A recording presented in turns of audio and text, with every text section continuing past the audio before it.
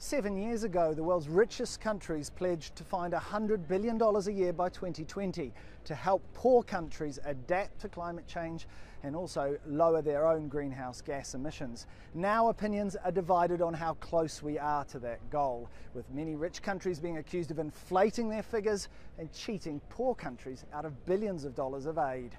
Last week, the charity Oxfam produced a report looking into this. One of those who contributed to it was Arnel Lecomte.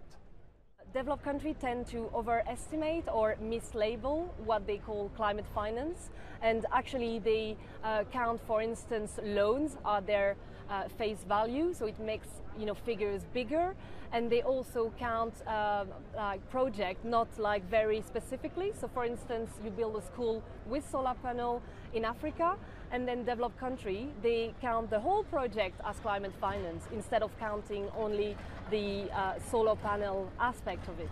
And actually that's what the COP22 is so important, to actually recognize that we are far from addressing the need for more adaptation finance. As I understand, this money was promised to the poorest countries in the world to help them make this transition. And what you're saying is they're not being delivered what they're being promised. It's true, and the reason is that the majority of climate finance is actually going to mitigation efforts, so to reduce emission of greenhouse gases.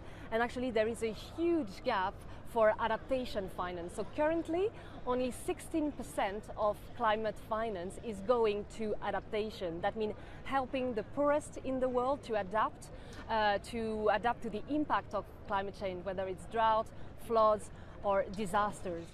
So then why is it that this balance doesn't exist? Developed countries say that it's easier to fund projects to reduce emissions, so to develop renewable energy projects, for instance, or improve energy efficiency. And actually adaptation projects are really, they need to be at the community level, and so it's a different way of doing climate finance. And what we know is that the poorest in the world, who are the least responsible for climate change, are actually the first victim, and they're not getting the money that they should receive.